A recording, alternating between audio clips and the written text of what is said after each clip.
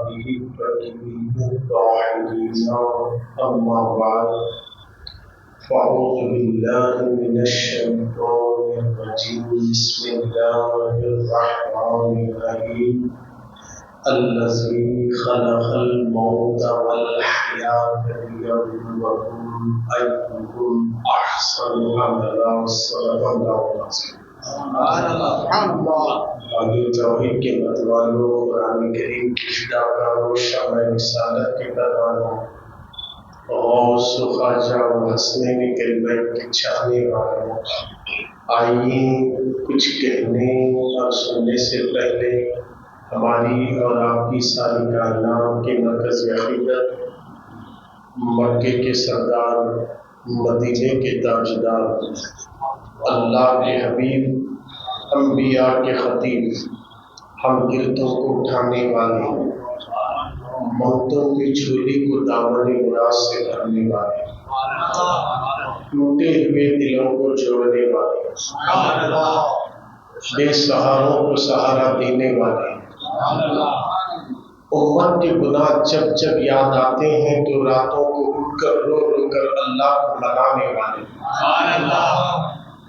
قیامت کے میدان میں پیاس سے ہماری زبانیں باہر لٹکی ہوگی، ایسے وقت میں حوض کوثر کا پانی پلانے والے، پل صراط پر چلنے کی جب باری آئی تو رب سلم کی دعائیں دینے والے، مرنے کے بعد سب مل کر خبر میں چھوڑ کر جانے کے بعد مدینے سے آنے والے، حضور احمد مجتبیٰ محمد مصطفیٰ ارواحنا فدا صلی اللہ تعالی علیہ وآلہ وسلم کی بارگاہ بےکسوانہ میں درود و سلام کی ڈالیاں عقیدت کی تھالی میں رکھ کر بآواز بلند پیش فرمائیں۔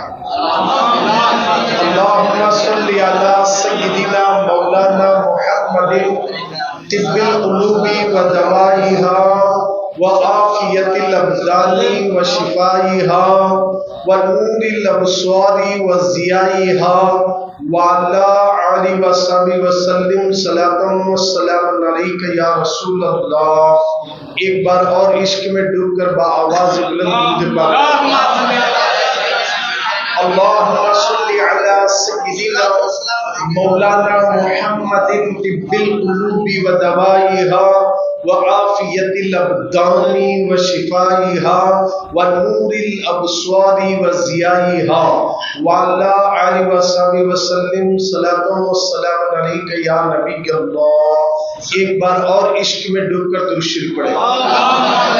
اللہم صلی علی سیدنا مولانا محمد طب القلوب و دوائیہا وعافیت الابدان و شفائیہا ونور الابصار و ضیائیہا وعلی آلہ وصحبہ وسلم صلاۃ و سلام علیک یا رحمت للعالمین صلی اللہ علیہ وسلم۔ اللہ جل جلالہ کا بے پناہ کرم اور احسان عظیم ہے کہ اس نے اپنے پیارے محبوب اور محبوبوں کے صدقے میں، نبی اور آل نبی کے صدقے میں آپ کو اور ہم سب کو پھر سے جمعہ میں جمع ہونے کی توفیق بخشی ہے۔ ہم اس کی بارگاہ کے شکر گزار بندے بن کر دعا کرنا کہ یا اللہ ہمیں جس طرح تو نے جمعہ عطا کر دیا اسی طرح پانچوں نمازیں وقت پر ادا کرتے ہوئے آنے والا جمعہ بھی نصیب فرما اور آنے والا سال بھی نصیب فرما۔ بیچ میں ایکسیڈنٹ، بیماریاں، دکھ درد لکھا ہوگا ہمارے مقدر میں، تو جمعہ کی برکت سے سارے ایکسیڈنٹ سے، حادثوں سے لوہر واڑی مسجد میں جتنے آئے سب کی ہماری حفاظت فرما اور ہمیں ناگانی موت سے، ایکسیڈنٹ سے، حادثات سے، بلاؤں سے ہم سب کی حفاظت فرما اور ہم سب کو پھر سے جمعہ نصیب فرما۔ آمین آمین یا رب العالمین بجاہ سید المرسلین برحمتی کا یا الرحمن الراحمین۔ موت سے کس کو رستگاری ہے، موت سے کس کو رستگاری ہے، آج وہ تو کل ہماری باری ہے، آج وہ تو کل ہماری باری ہے۔ سامان 100 برس کا ہے، پل کی خبر نہیں، سامان 100 برس کا ہے پل کی خبر نہیں، آگاہ اپنی موت سے کوئی بشر نہیں۔ جاگنا ہے جاگ لے افلاک کے سائے تلے، جاگنا ہے جاگ لے افلاک کے سائے تلے، حشر تک سونا ہے زمین کے سائے تلے، حشر تک سونا ہے زمین کے سائے تلے۔ ہائے غافل وہ کیا جگہ ہے جہاں، ہائے غافل وہ کیا جگہ ہے جہاں 5 جاتے ہیں 4 پھرتے ہیں، 5 جاتے ہیں 4 پھرتے ہیں۔ اللہ رب العزت کا کرم ہے کہ میں نے قرآن مقدس کی ایک آیت کریمہ آپ کے سامنے تلاوت کرنے کا شرف حاصل کیا ہے۔ اللہ جل جلالہ مجھے حق کہنے اور آپ تمامی حضرات کو حق سن کر عمل کرنے اور دوسروں تک پہنچانے کی توفیق عطا فرمائے۔ قرآن مقدس کی جس آیت کو میں نے تلاوت کرنے کا شرف حاصل کیا، اللہ فرماتا ہے الذی خلق الموت والحیات لیبلوکم ایکم احسن عملا۔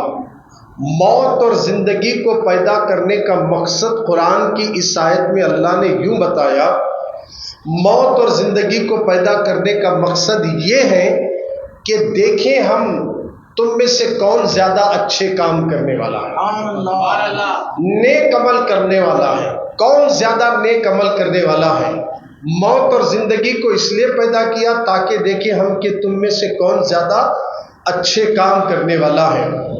آئیے سرکار مدینہ کے دیوانوں، نیک اعمال کے حوالے سے آج ہم بات کریں گے، اچھے کام کرنے کے حوالے سے بات کریں گے، اور جو برے کام کرتے ہیں ان کا انجام کیا ہوگا، جو برا کام کرتے ہیں ان کا حشر کیا ہوگا، جو دنیا میں گناہ کرتے ہیں ان کا حشر کیا ہوگا، جو دنیا میں برائیاں کرتے ہیں ان کا انجام کیا ہوگا، جو اللہ کی نافرمانیاں کرتے ہیں ان کا انجام کیا ہوگا۔ یہاں ہم لوگ دنیا میں آج اس قدر پریشانیوں میں مبتلا ہو کر کبھی ہماری زبانوں سے یوں نکلتا ہے اللہ نے ہم کو پیدا ہی کیوں کیا ہوگا، موت کو کیوں بنایا ہوگا، یہ سب زندگی کیوں دیا ہے، اس طریقے کی باتیں کر کے اپنے آپ کو آخرت کی بربادی کا نتیجہ نکالتے ہیں۔ آئیے موت اور زندگی کو اللہ نے کیوں پیدا کیا؟ ایک انسان کو اللہ نے صاف ستھری زندگی عطا کرتا ہے، ایک اللہ نے بندے کو انسان کو دنیا میں بھیجا، صاف ستھرا بنا کر بھیجا، پاک صاف بنا کر بھیجا، مگر یہ انسان دنیا میں آ کر اپنے دماغ اور اپنے ذہن سے خود راستے نکال لے کر برائیوں کی طرف بڑھا، گناہوں کی طرف بڑھا، بد کرداروں کی طرف بڑھا، حرام کاموں کی طرف بڑھا۔ اس لیے خود آج انسان اپنے جانوں پر ظلم کر کے مصیبتوں کو دعوت دیا، اور جب مصیبتیں کیا اس پر آ پڑی تو کہتا ہے کہ اللہ نے ہم کو کیوں پیدا کیا، یہ دن ہمیں آج دیکھنا نہ پڑتا تھا۔ یہ جملے کسنے والوں، آج تم اپنی زندگی کا جائزہ لے کر دیکھ سکتے ہیں کہ آپ اپنی زندگی کے اندر اللہ نے تمہیں ایک اچھی زندگی گزارنے کے لیے اچھے اچھے پیغمبروں کو دنیا میں بھیجا، اور سب سے آخر میں میرے نبی تشریف لائے، پیغمبر اعظم تشریف لائے، اور دنیا والوں کو بتا دیا لوگوں تم اپنی منمانی سے زندگی نہیں گزار سکتے ہو، اگر چلنا ہے تو محمد کو دیکھو، سونا ہے تو محمد کو دیکھو، کھانا ہے تو محمد کو دیکھو، کپڑے پہننا ہے تو محمد کو دیکھو، روزی روٹی کمانا ہے تو محمد کو دیکھو، دنیا کے اندر دینداری کے اندر اگر تجارت کرنا ہے تو محمد کی زندگی کو دیکھو، ہر معاملے میں محمد صلی اللہ علیہ وسلم کو اپنی زندگی میں آئیڈیل بنا کر زندگی گزارو گے تو کامیاب رہو گے۔ اگر تم اپنی منمانی سے زندگی گزارو گے تو یاد رکھنا دنیا بھی برباد ہوگی، آخرت بھی برباد ہو جائے گی، قیامت کے دن رسوائی ہوگی، قیامت کے دن چہرہ دکھانے کے قابل نہیں رہیں گے۔ آؤ سرکار مدینہ کے دیوانوں، آج ہم نے اللہ کے نبی کی سنتوں کو ترک کر دیا، آج ہم نے اللہ کے نبی کے فرمان پر عمل کرنا چھوڑ دیا، آج ہم پریشان نظر آ رہے ہیں، اور پھر پریشان نظر آنے کے بعد یوں کہتے ہیں میں ہی ملا تھا جو مجھ پر پریشانی آ رہی ہے۔ ذرا غور تو کر، تیری جب سے ہوش سنبھالا زندگی سے لے کر آج تک تو نے اللہ اور اس کے رسول کے کتنے فرما بردار پر عمل کیا اور کتنی اس کی نافرمانی کی ہے، تو آپ کو پتا چلے گا ہم نے شب و روز اللہ کی نافرمانی کی ہے، ہم نے شب و روز اللہ اور اس کے رسول کی نافرمانی میں زندگی گزاری ہے۔ آؤ سرکار مدینہ کے دیوانوں، جو لوگ اللہ کی نافرمانی کرتے ہیں، جو لوگ اللہ اور اس کے رسول کی نافرمانی کرتے ہیں، ان کا حشر کیا ہوگا؟ اس لیے تو اللہ نے ہمارے نبی کو 27ویں رجب کی شب کو بلا کر جہنم کے سارے مناظر دکھا دیا۔ جو لوگ دنیا میں نماز چھوڑتے ہیں، جو لوگ اپنے ماں باپ کو ستاتے ہیں، جو لوگ قرآن کی تلاوت نہیں کرتے، جو لوگ بڑوں کا ادب نہیں کرتے، جو لوگ بچوں پر رحم نہیں کرتے، جو لوگ اپنی بیویوں سے اچھا سلوک نہیں کرتے، جو بیویاں اپنے شوہر کو زبان درازی کرتی ہے، جو گھر کے اندر اللہ اور اس کے رسول کی سنتوں کا ماحول نہیں بناتے، ان لوگوں کو جو عذاب دیا جائے گا وہ سارے دردناک عذاب اللہ نے اپنے نبی کو آسمانوں میں بلا کر پروردگار نے شب معراج میں سب دکھا دیا۔ آئیے سرکار مدینہ کے دیوانوں، آج اسی کے حوالے سے ہم بات کرتے ہیں۔ آج دنیا کے اندر اللہ کے نبی کا کلمہ پڑھنے والے پریشان ہیں، اس کی وجہ کیا ہے؟ ہم نے اپنے نبی کے فرامین کو پس پشت ڈال دیا۔ ہمارے نبی نے جو کہا امت کے فائدے کے لیے کہا، جو کیا امت کے فائدے کے لیے کیا، اور جس چیز سے نبی نے روکا ہے امت کے بھلے اور فائدے کے لیے روکا ہے، مگر یہ مسلمان سمجھنے کو تیار نہیں۔ اگر آج میرے نبی نے کہا فجر کی نماز پڑھو، کیوں پڑھو، کس لیے پڑھو، یاد رکھو اب یہ کیوں پڑھنا، کس لیے پڑھنا یہ سوال ہی نہیں، نبی نے کہا ہم نماز پڑھ رہے ہیں۔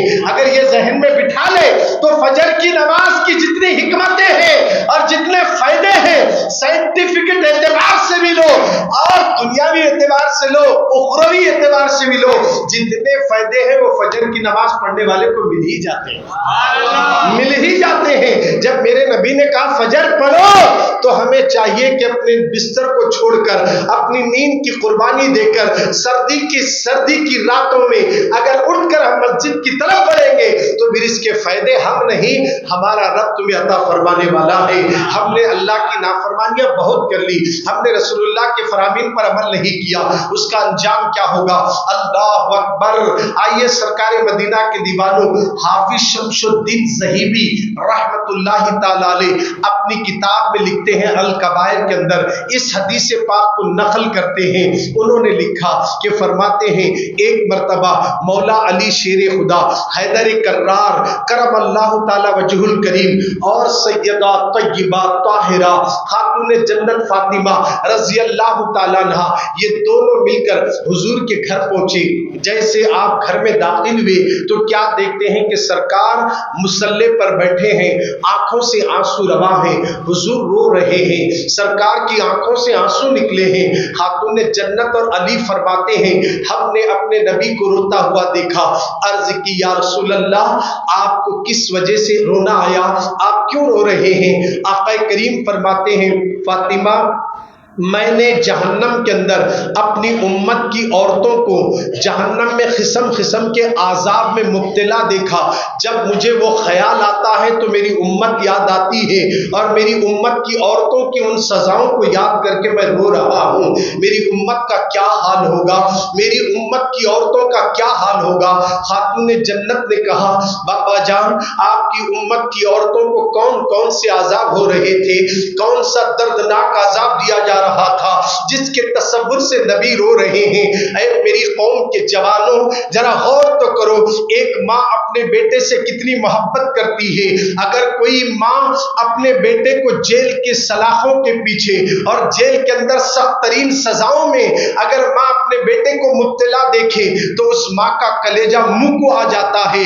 میرے رسول بھی اپنی امت سے ایک ماں جتنی محبت کرتی ہے اس سے 70 گنا زیادہ حضور اپنی امت سے محبت کرتے ہیں، تبھی تو رسول رو رہے ہیں۔ فاطمہ نے کہا بابا جان کس چیز نے رلا دیا؟ کہا کہ میری امت کی عورتوں کو میں نے جہنم میں قسم قسم کے عذاب میں مبتلا دیکھا۔ اب خاتون جنت نے دریافت کیا بابا کن کن وجہ سے انہیں عذاب ہو رہا تھا؟ فرماتے ہیں فاطمہ میں نے ایک خاتون کو دیکھا، میں نے ایک عورت کو دیکھا جو سر کے بالوں کے بل جہنم میں لٹکایا گیا ہے اور اس کا سر کے اندر کا بھیجا جس طرح ہنڈی میں تیل پکتا ہے اس طرح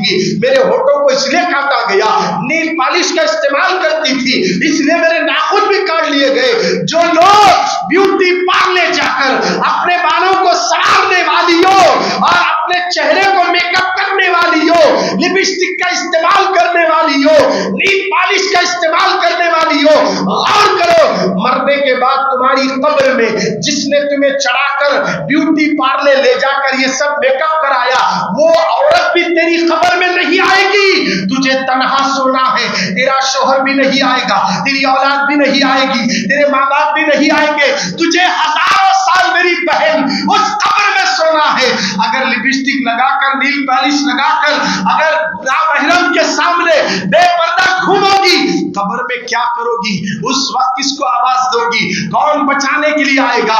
اللہ اکبر میری بہنوں, اس نے یہ بیان دیا, اسی وقت اس کی روح جسم سے نکل گئی اور وہی بے حس ہو کر مردہ جان ہوگی, تو فوراً اس کو لے جا کر دوبارہ اسی قبر میں دفن کر دیا گیا. بتانے کا مقصد یہ تھا کہ اللہ تعالیٰ کبھی کبھی خبروں کا عذاب ظاہر کر کے لوگوں کو دکھاتا ہے, لوگوں میرے غضب سے ڈرو, جب میری پکڑ آتی ہے کوئی بچنے والا نہیں ہے. اللہ کی نافرمانی کرنے کا انجام کیا ہوگا؟ آج میوزیکل پارٹی رکھ کر عورتیں ناچ رہی ہے, کھلے عام ننگے مناظر دیکھ رہی ہے. مردوں کا بھی یہ حال ہے, عورتوں کا بھی یہی حال ہے. آج ہماری بے حیائی کی وجہ سے, آج ہمارے گناہوں کی وجہ سے ملک تباہ ہو رہا ہے, دنیا میں بربادی آ چکی ہے, ہمیں نشانہ بنایا جا رہا ہے, ہمیں ٹارگٹ میں رکھا گیا ہے, ہم تباہ ہو رہے ہیں, ہم برباد ہو رہے ہیں. کہیں کہیں آج بھی غزہ میں حملے ہو رہے ہیں, کتنے پہلے گزر گئے, گھر اجڑ گئے, ہاسپٹل ٹوٹ گئے, کئی ایک اسکول توڑ دیے گئے, کئی بچے شہید ہو گئے, کئی گھر سے بے گھر ہو گئے, کئی عورتیں بیوہ ہو گئی, اور کئی لوگوں کے سروں سے ماں باپ کا سایہ چلا گیا. آج بھی مسلمان ہوش کے ناخن لینے کو تیار نہیں. ڈی جے لگانا, گانے بجانا اور اپنے شادی بیاہ کے اندر نہ جانے ایسے رسومات کو اختیار کرنا جس کو نبی نے منع کر دیا. سوچو, ہماری فکر نہ ہماری ماں باپ کر سکتے ہیں, ہماری فکر تو ہمارے نبی کر رہے ہیں. میری امت کا کیا ہوگا؟ میری امت کا کیا ہوگا؟ امت کے لیے رونے والے, ہم امت کے لیے رونے والے کوئی اور نہیں, پیغمبر اعظم نظر آ رہے ہیں, ہمارے نبی نظر آ رہے ہیں, اور آج ہم اپنے نبی کی نافرمانی کر رہے ہیں. خدا را مسلمانوں, ہوش کے ناخن لینا یہ تھا جو بالوں کا پردہ نہ کرنے والی عورتوں کا انجام, یہ تھا وہ نامحرم کو اپنے بال دکھانے والی, بے پردگی کے ساتھ گھومنے والی. اللہ اکبر, دوسری عورت جس کو زبان کے بل لٹکایا گیا تھا وہ کون تھی؟ تو میرے آقا نے کہا, فاطمہ سے کہا, فاطمہ یہ وہ عورت تھی جو اپنے شوہر کے سامنے زبان دراز کرتی تھی. شوہر کی نافرمانی کرنا, اپنے شوہر کو اپنے شوہر کی آواز سے بھی زیادہ بلند آواز سے بات کر کے دل دکھانے والی, زبان دراز کرنے والی.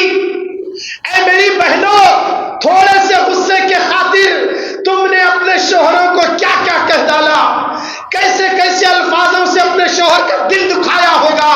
نہ جانے شک کی بنیاد پر, نہ جانے بدگمانی کی بنیاد پر تم نے اپنے شوہر کو, نیک سیرت شوہر کو تم نے بدنام کر دیا, ایسے الفاظ کہہ کر جو اپنے شوہر کا دل دکھانے والی زبان دراز وہ عورت کو زبان کے بل جہنم میں لٹکایا جائے گا. میری بہنوں, زبان کے بل لٹکنا یہ بڑا دردناک عذاب ہے. آج بھی گھروں کے اندر بے شمار عورتیں, بہت کم ایسی عورتیں ہیں جو شوہر کی خدمت کرنے والی, جو شوہر کی اطاعت کرنے والی, جو شوہر کو دل خوش کرنے والی, جو شوہر کے تمام تر پریشانی کو سمجھنے والی بہت کم بیویاں ملتی ہے. اللہ اکبر, جب ہم صحابہ کی زندگی پڑھتے ہیں ہماری آنکھوں سے آنسو نکلتے ہیں. ایسی بھی عورتیں گزری تھی جو اپنے شوہروں کو تکلیف نہیں دیتی تھی, اپنے شوہر کے ہر دکھ کو سمجھنے والی بیوی ہوتی ہے. بیوی اگر شوہر کا دل دکھا دے تو اس کی نہ نماز قبول ہوگی, نہ اس کے روزے قبول ہوگی, نہ اس کی عبادت قبول ہوگی. جو عورتیں اپنے مردوں کا دل دکھاتے ہیں ان کا انجام بڑا بھیانک ہوگا. ہوگا. اور جو عورت اپنے شوہر کا دل خوش کرتی ہے اللہ اس سے راضی ہوتا ہے, رسول اس سے راضی ہوتے ہیں. اللہ اکبر. ام سلیم رضی اللہ تعالی عنہا یہ ابو طلحہ کی بیوی ہیں. حضرت ابو طلحہ رضی اللہ تعالی عنہ کے بیٹے تھے, وہ بہت کم سنی کی عمر میں تھے. ان کو ذرا تھوڑی سی تکلیف تھی, سانس لینے میں تکلیف ہو رہی تھی ان کے بیٹے کو, انہوں نے علاج کرا رہے تھے. مگر ایک مرتبہ ابو طلحہ کو کسی کام کے لیے جانا پڑا. جیسے ہی ابو طلحہ اپنے گھر سے نکلے, آنے تک ان کے بیٹے کا انتقال ہوا. جیسے بیٹے کا انتقال ہوا, ماں نے اپنے مرے ہوئے بیٹے کو لے جا کر ایک کمرے میں سلا دیتی ہے اور اس پر چادر اڑا دیتی ہے. اب جیسے ہی گھر میں ابو طلحہ تشریف لائے, ان کے شوہر آئے.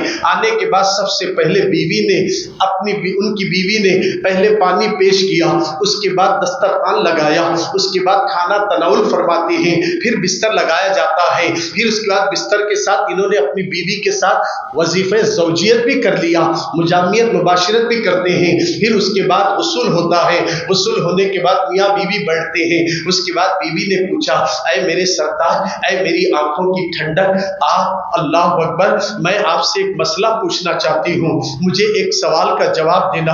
وہ مسئلہ کیا ہے؟ پوچھو. ابو طلحہ نے پوچھا اپنی بیوی سے, پوچھو میری شریک حیات, کیا مسئلہ ہے؟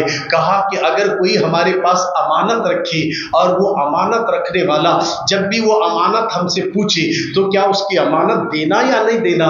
تو ابو طلحہ نے کہا ظاہر سی بات ہے امانت اس کی لوٹا دینا. تو اس کے بعد بیوی نے کہا بس اتنی سی بات تھی میرے سرتاج. یہ کہتے ہوئے آنکھوں سے آنسو نکلے, روتے ہوئے کہنے لگی, ہمارا جو بیٹا تھا نا وہ اللہ کی امان تھی, وہ امانت تھی, اللہ نے ہمارے بچے کو لے لیا. جیسے آنسو گرے ابو طلحہ نے کہا یہ کیا کہہ رہی ہو؟ کہا کب انتقال ہوا؟ کہا شام میں ہوا, تم نے مجھے بتایا تک نہیں. اگر بتا, میں گھر میں میرے بچے کی لاش رکھ کر کھانا بھی کھایا اور میں نے مباشرت بھی کی. اللہ اکبر. ابو طلحہ حیران ہو گئے. تو بیوی نے کہا میرے سرتاج, میں نے آپ کا دل دکھانا نہیں چاہتی تھی کیونکہ آپ تھکے مانند باہر سے آتے ہیں. اگر میں آپ کو یہ خبر سنا دیتی تو آپ کھانا نہ کھاتے تھے, آپ میرے ساتھ نہ رات گزارتے تھے. میں نے یہ سب آپ کی رضا کے لیے کیا ہے. اتنا سنتے ہی ابو طلحہ رونے لگے, اتنی نیک سیرت بیوی مجھے اللہ نے عطا کر دیا. جیسے بچے کی لاش کو دیکھا رونے لگے. کس قدر عورتیں اپنے شوہر کا خیال کرتی تھی. کون ہے ایسی ماں جو اپنے بیٹے کی لاش رکھ کر اپنے شوہر کے سامنے خاموش بیٹھنے والی؟ اگر آج ذرا سی بھی بچے کو خراش آئے تو باپ بانے سے پہلے شوہر کو سنانے والی عورتیں ہیں, فون پہ تنگ کرنے والی عورتیں ہیں. مگر قربان جاؤ صحابہ کرام کی زندگی پر ان کی بیوی نے اپنے سینے پر صبر کا پتھر رکھ کر شوہر کا دل جیت لیا. اور صبح فجر کی نماز کو نبی کی بارگاہ میں گئے تو میرے نبی نے نماز کے بعد ابو طلحہ سے کہا, ابو طلحہ اٹھو, کل رات تیری بیوی نے تجھے خوش کرنے کے لیے جو عمل کیا ہے میں بھی راضی ہوں, میرا مولا بھی راضی ہے. تیرا ایک بیٹا گزر گیا, تیری بیوی کے اس اطاعت کی وجہ سے اللہ تجھے نیک اور صالح بیٹا بھی عطا کر دے. کیسی عورتیں گزری ہے ایک زمانے میں. ارے شادی نہیں ہونے سے پہلے مرد آدمی کی زندگی ایک الگ ہوتی ہے, شادی کے بعد مرد آدمی بغیر بیوی کے جی نہیں سکتا اور بغیر شوہر کے بیوی بھی نہیں جی سکتی ہے. تم اپنی زندگی کے بندھن میں باندھے گئے ہو, کیوں اپنے آپ کو ایک دوسرے میں مشکوک کی زندگی گزار کے شک کرتے ہو؟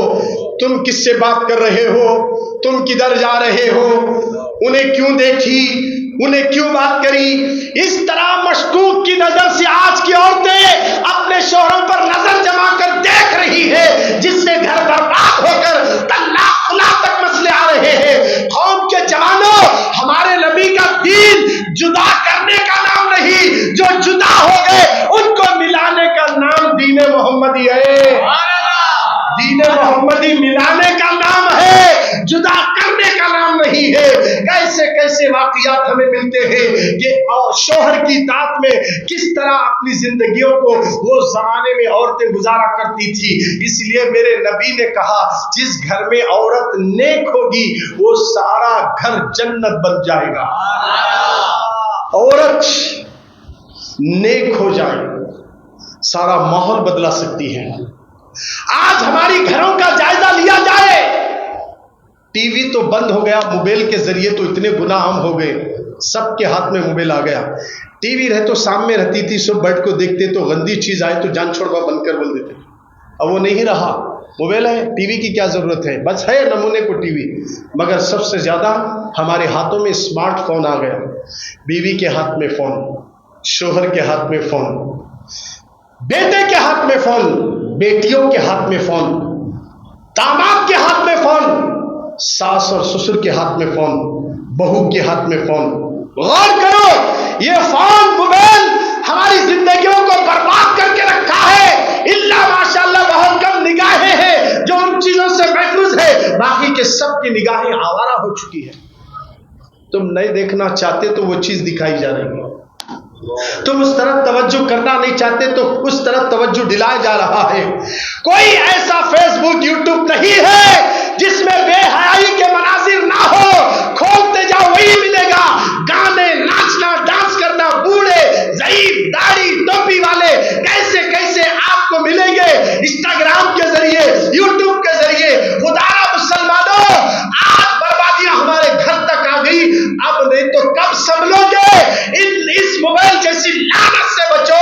اس لعنت سے اگر مسلمان بچ گیا پھر وہ دن الٹا واپس آئیں گے کہ اللہ ساری حکومت مسلمانوں کو عطا کر دے گا. زبان درازی عام ہو گئی.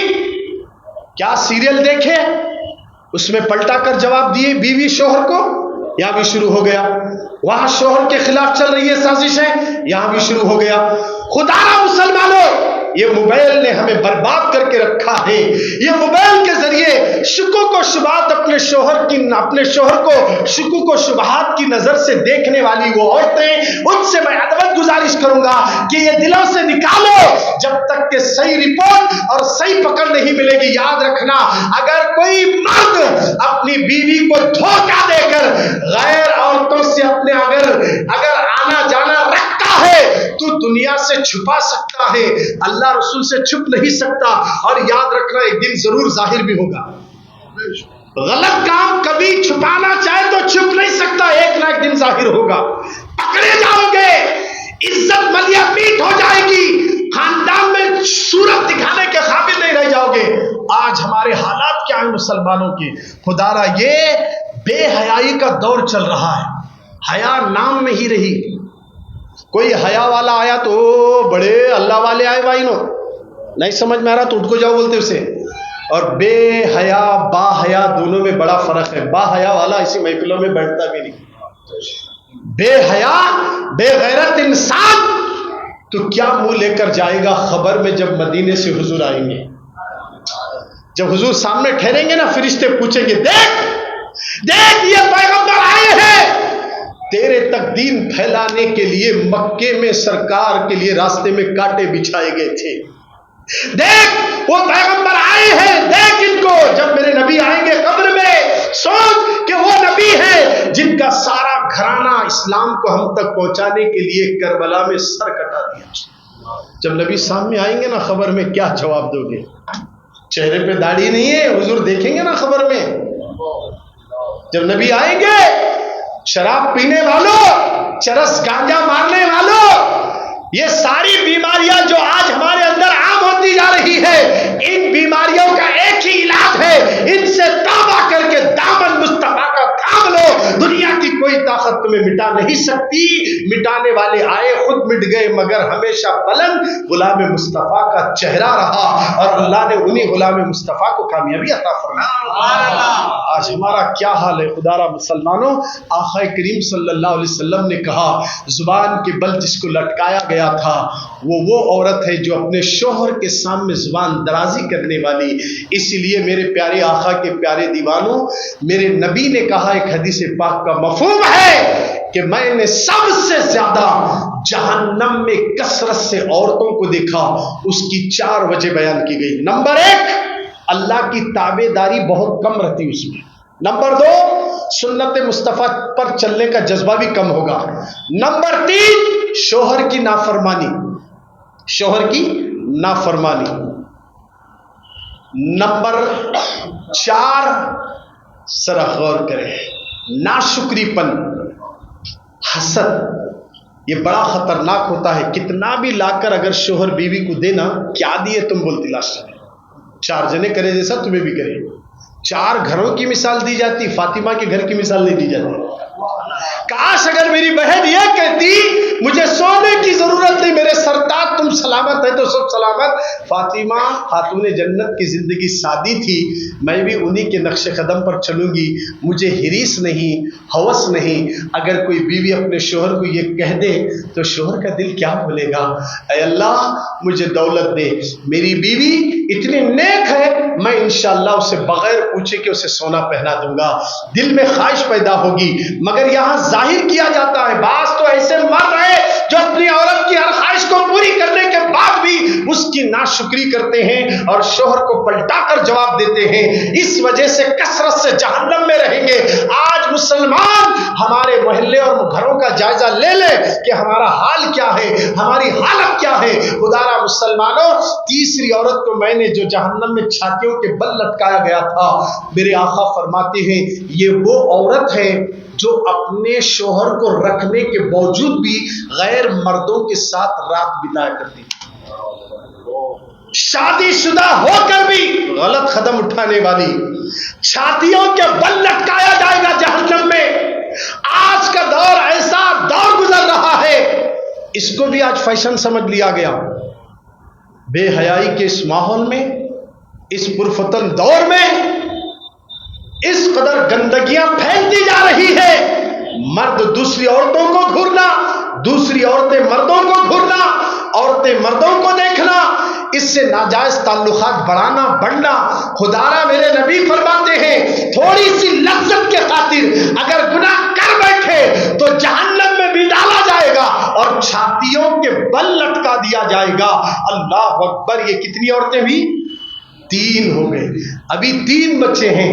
اب چوتھی عورت کا عذاب پوچھا جاتا ہے. فاطمہ نے پوچھا، بابا روتے ہوئے پوچھ رہی ہیں، بابا جان وہ چوتھی خاتون کون ہے جس کے پیروں کو سینے سے باندھا گیا، جس کے ہاتھوں کو اس کے پیشانی پہ باندھا گیا؟ میرے نبی نے کہا یہ جنابت اور حیض کے موقع پر پاک صاف ہو کر نہیں رہتی تھی، یعنی ناپاکی میں زیادہ طویل وقت گزارتی تھی اور نمازوں کے لیے لاپرواہی کرتی تھی بہانہ بنا کر، اس لیے اس کو یہ سزا دی جا رہی ہے. 5ویں عورت جس کا چہرہ خنزیر کی طرح، جسم گدھے کی طرح اور بدن پہ سانپ اور بچھو لپٹے ہوئے ہیں. جہنم کے سانپ یہ دنیا کی سانپ کی طرح نہیں رہیں گے، وہاں جہنم کے بڑے دردناک سانپ ہیں، وہ لپٹے ہوں گے. خاتون جنت نے کہا بابا جان اس خاتون کا گناہ کیا ہے جس کا چہرہ خنزیر کی طرح، بدن سارا حصہ گدھے کی طرح اور جسم پر سانپ اور بچھو ہے؟ تو میرے آقا نے کہا یہ چغلی کرنے والی اور جھوٹ بولنے والی ہے. چغل خوری غیبت سے بھی بڑا گناہ ہے. چغلی کرنا یہ غیبت سے بھی بڑا گناہ ہے. غیبت وہ ہے آپ کے پاس بیٹھنے والا اٹھ کر گیا، آپ اس کے خلاف بولے، غیبت ہو گئی. چغلی کیا ہے؟ چغلی کرنے والا چغلی کرا کر ایک دوسرے میں لڑاتا ہے، چغلی ہوتی ہے. چغلی کسے بولتے ہیں؟ ایک دوسرے میں جھگڑا ڈالنا. ارے انہیں ایسا کریا تھا، ارے انہیں ایسا کریا تھا، بول کو ادھر چڑھانا، پھر ادھر جا ادھر چڑھانا، انہیں ایسا کریا تھا، انہیں ایسا کریا تھا. دونوں چڑھ کر ایک دوسرے کے دشمن بنتے، جھگڑے ہو جاتے ہیں. چغلی غیبت سے بھی خطرناک گناہ ہے، حرام ہے. غیبت اور چغلی کرنے والے جنت میں ہرگز نہیں جا سکتے ہیں. خدارا چغلی کو معمولی مت سمجھنا. کیا سمجھتے ہیں چغل خور کو لوگ؟ آئیے ایک واقعہ آپ کے سامنے رکھوں گا. ایک شخص غلام بیچ رہا تھا، ایک شخص غلام خریدنے کے لیے نکلا. اس نے غلام خریدنے نکلا، غلام بیچنے والا اعلان کر رہا ہے میرا جو غلام ہے نیک ہے، نمازی ہے، سب کچھ ہے، مگر ایک عیب ہے. کیا ہے؟ چغل خور ہے. کیا ہے؟ چغل خور ہے، باقی کے سب ہے. تو خریدنے والا سوچا چغل خوری ہے نا، باقی کے سب اچھے ہیں، تو وہ چغل خور کو خرید لیا. گھر لے گیا غلام کو خرید کر. جیسے لے جانے کے بعد چند دن گزرے، اس کے بعد چغل خور اپنا رنگ دکھانا شروع کر دیا. وہ تو چغل خور تھا، چغلی کرنے والا. اب اس نے ایک دن ان ملکہ کے پاس گیا، یعنی اپنے آقا کی بیوی کے پاس جا کر کہنے لگا تمہارے شوہر کا دوسری عورت سے تعلق ہے اور وہ اس طرح ناجائز تعلق رکھے ہوئے ہیں. جا کر بھڑکا دیا, چغلی کر دیا. اب وہ حیران ہو گئی, سننے کے بعد پریشان ہو گئی ملکہ, اب کیا کروں, اسی خیال میں تھی کیا کرنا کیا نہیں کرنا. ایک مشورہ دیا, ایک کام کرنا, آپ اس طرح لے لو, آپ کے شوہر کے چہرے کی داڑھی کے 2 بال نکالو تو آپ کا شوہر آپ کے تابع رہے گا. تو اس نے کہا یہ کون سی بڑی بات ہے, میں آدھی رات میں نکال لوں گی 2 بال. اس کے بعد شوہر کے پاس گیا ان کے, جا کر کہنے لگا تمہاری بیوی کا تعلق غیر مردوں سے ہے. ذرا غور کیجیے, چغلی کرنے والا, دیکھیے چغلی کرنے والا کیسے گھروں کو برباد کیا جاتا ہے, کیسا تباہ کر دیا جاتا ہے. جیسے اس نے سنا آگ بگولا ہو گیا, اس نے کہا یہ کیا کہہ رہا ہے, ہاں اگر یقین نہیں آتا تو آج رات سو کر دیکھ لو, تمہاری بیوی اس طرح سے تمہارا گلا کاٹنے والی ہے. اب اس نے سوچا اگر یہ بات ہے تو آج جھوٹ موٹ سو کر دیکھیں گے. جا کر جھوٹ موٹ سو گیا. جیسے سونا تھا, بیوی نے کیا سوچا, چلو نیند تو لگی. جیسے وہ اس طرح لے کر قریب گئی, آنکھ کھولا, آنکھ کھولتی دیکھا کہ ہاں تو میرا گلا کاٹنا چاہتی ہے. اس نے جو کہا سچ کہا, یہ کہہ کر اس طرح لیا, بیوی کا گلا کاٹ دیا. جیسے بیوی کا گلا کٹا, اس کے گھر والے آئے, اس کا گلا بھی کاٹ دیے, ان کے گھر والے آئے. اس طرح 2 خاندانوں میں لاشیں گر گئی. ایک چغل خور نے کتنی بربادی اور تباہی مچا دی. آج کل یہ چغلی کرنے والے میری بہنوں تمہارے سامنے آ کر کہتے ہیں ارے تمہارے مرد کو میں فلانے گارڈن میں دیکھا تھا, وہ کس سے بات کر رہے تھے, لو شک آ گیا. میں نے فلانی جگہ ٹھہرے ہوئے دیکھا تھا. یہ مردوں کے سامنے عورتوں کے خلاف, عورتوں کے سامنے مردوں کے خلاف, ساس بہو کے اندر شکوک, سسرے کے اندر بہو کے بارے میں شکوک ڈال دینا, اس طرح ڈال کر گھروں کے جینے سنسار برباد کیا جا رہا ہے. اور لوگوں کی باتوں میں آ کر زندگیاں برباد ہو رہی ہے. نہ آنکھوں سے دیکھتے ہیں, نہ کانوں سے سنتے ہیں, دوسروں کی باتوں میں آ کر, چغل خوروں کی باتوں میں آ کر اپنی زندگی ہاتھوں سے برباد کر رہے ہیں. اس لیے میرے نبی نے اعلان کر دیا, غیبت کرنے والا, چغلی کرنے والا, وہ حاجی بھی رہے, نمازی بھی رہے, روزے دار بھی رہے, یاد رکھنا چغل خور جنت میں نہیں جائے گا, غیبت کرنے والا بھی جنت میں نہیں جائے گا. اور جو جہنم کے اندر لٹکایا گیا ہے چھاتیوں کے بل, وہ عورت تھی, اللہ اکبر, یہ وہ عورت تھی جو ناجائز تعلقات رکھنے والی, اور دنیا کے اندر آج شکوک میں پیدا کر دیا گیا لوگوں کو. آج شکوک کی بنیاد پر جینے سنسار ٹوٹ رہے ہیں. خدارا میری قوم کے جوانوں, اللہ سے ڈرو, اللہ کے خوف سے اپنے دلوں کو لرزہ برہم کرو.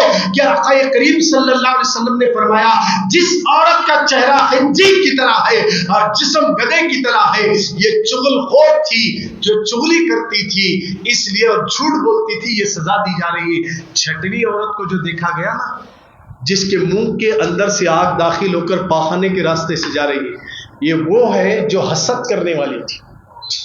کیا تھی؟ حاسد تھی, حسد کرتی تھی, لوگوں کو دیکھ کر جلنے والوں. یہ جتنا عورتوں کو عذاب دیا جا رہا نا, یہی عذاب میں مرد بھی مبتلا ہیں. یہ نہ سمجھنا یہ تو عورتوں کو مردوں کو بھی ہے. آگے سنیے, ایک حدیث میں آیا شب معراج کے حوالے سے, عبداللہ شاہ صاحب قبلہ لکھتے ہیں, فرماتے ہیں آقا کریم صلی اللہ علیہ وسلم نے فرمایا کہ جبریل مجھے ایک ایسے مقام پر لے گئے, میں نے جہنم میں عورتوں کو, مردوں کو دیکھا کہ آگ کے کپڑے پہنایا گیا اور فرشتے آگ کے گرز ان پر مار رہے ہیں اور وہ چیخ رہے ہیں. میں نے پوچھا جبریل یہ کون ہے؟ کہا یا رسول اللہ آپ کی امت کے یہ وہ لوگ ہیں جو اپنی عورتوں کو ستایا کرتی تھی, اپنی عورتوں کو تکلیف دیا کرتے تھے. جو مرد اپنی بیوی کو ستاتا ہے اور تکلیف دیتا ہے, اس کا دل دکھاتا ہے, اس کو بھی سزا ہے. اور مزید آگے پہنچے تو سرکار نے دیکھا کہ عورتوں کو جہنم کا لباس آگ کا پہنایا گیا اور ان کو دردناک سزا دی جا رہی ہے. وہ شور و غل کرتے ہیں اوپر آ کر, پھر اندر تہ میں چلے جاتے ہیں. آقا نے پوچھا کہ جبریل یہ کون عورتیں ہیں؟ کہا یا رسول اللہ یہ آپ کی امت کی وہ عورتیں ہیں جو مردوں کی نافرمانی کرتی تھی, اس لیے ان کو یہ سزا دی جا رہی ہے. میری قوم کی بچیوں, اللہ سے ڈرو, اللہ کا خوف دل میں پیدا کرو, آج سے طے کرو ہم اپنے اپنے شوہروں کو پلٹا کر جواب نہیں دیں گے. جب شوہر گھر میں آتا ہے باہر تھکا ماری تو سب سے پہلے اگر بیوی شوہر کی طبیعت پوچھیں اور اس کی طبیعت کے مطابق اس کی خدمت کرے تو یاد رکھنا شوہر کا دل بھی خوش ہو جائے گا. ابھی گھر میں شوہر قدم رکھا بھی نہیں, گھر کے سارے مسئلے جھگڑے شوہر کے سامنے رکھ دیتی, تم چلے گئے, تمہاری بہن ستائی, تمہاری اماں ستائی, تمہارا باپ ستایا, میں یہ گھر میں رہنا نہیں چاہتی. ایک تو باہر کاروبار نہیں, پریشان آیا بیچارہ, ایک صبح سے لے کر باہر محنت کرنے گیا, ہاتھ کو کچھ نہیں آیا, گھر آنے کے بعد یہ ایک پریشانی آ گئی. جیسے سننے کے بعد اب کیا ماں سے لڑنا, کیا بہن سے لڑنا. ذرا غور تو کرو میری بہنوں, تم اپنے شوہروں کا دل دکھا رہی ہے, اس لیے پوری دنیا میں ہم برباد ہو رہے ہیں. دنیا کے اندر سب سے زیادہ اگر پریشانی کے چکی میں کوئی قوم پیسی جا رہی ہے تو مسلمان نظر آتی ہے. یہ 6 گناہگاروں کا عذاب جو میرے نبی نے بیان کیا, اسے نوٹ کر لو. اور یہ K36 نیچر جو آپ کے سامنے چینل ہے, یوٹیوب پہ جائے اور یہ خواتین کو سنائے تاکہ ہماری ایک بہن بھی اگر توبہ کر کے خاتون جنت کی کنیز بن جائے تو پھر گھر بھی جنت بن جائے گا. خدا را آئیے سرکار مدینہ کے دیوانوں, اسی ضمن میں انشاءاللہ تعالی کل رات ٹھیک 8:30 بجے کمبل پوش قادری کی درگاہ ان کا عرس شریف منایا جا رہا ہے, جن کے عرس کے موقع پر بنام جلسہ فیضان اولیاء کے نام پر بیان رکھا گیا. اندرا نگر عام تالاب کے قریب میں وہاں آنے والی ایک عظیم الشان ہستی ہے, نوجوانوں کی دلوں کی دھڑکن حضرت مولانا محمد صادق رضوی صاحب ممبئی سے تشریف لا رہے ہیں. ان کا کل نورانی عرفانی خطاب اندرا نگر کمبل پوش قادری درگاہ کے پاس ہوگا. کثیر تعداد میں آپ تمام حضرات شرکت فرما کر اس جلسے کو کامیاب بنائیں. انشاءاللہ اس ناچیز کا بھی اگر موقع ملے تو خطاب ہوگا. آپ زیادہ سے زیادہ تعداد میں کل شریک ہو کر اس جلسے کو کامیاب بنائیں. اللہ عز و جل کی بارگاہ میں دعا ہے کہ میرے مولا آج کے اس تقریر میں اونچ نیچ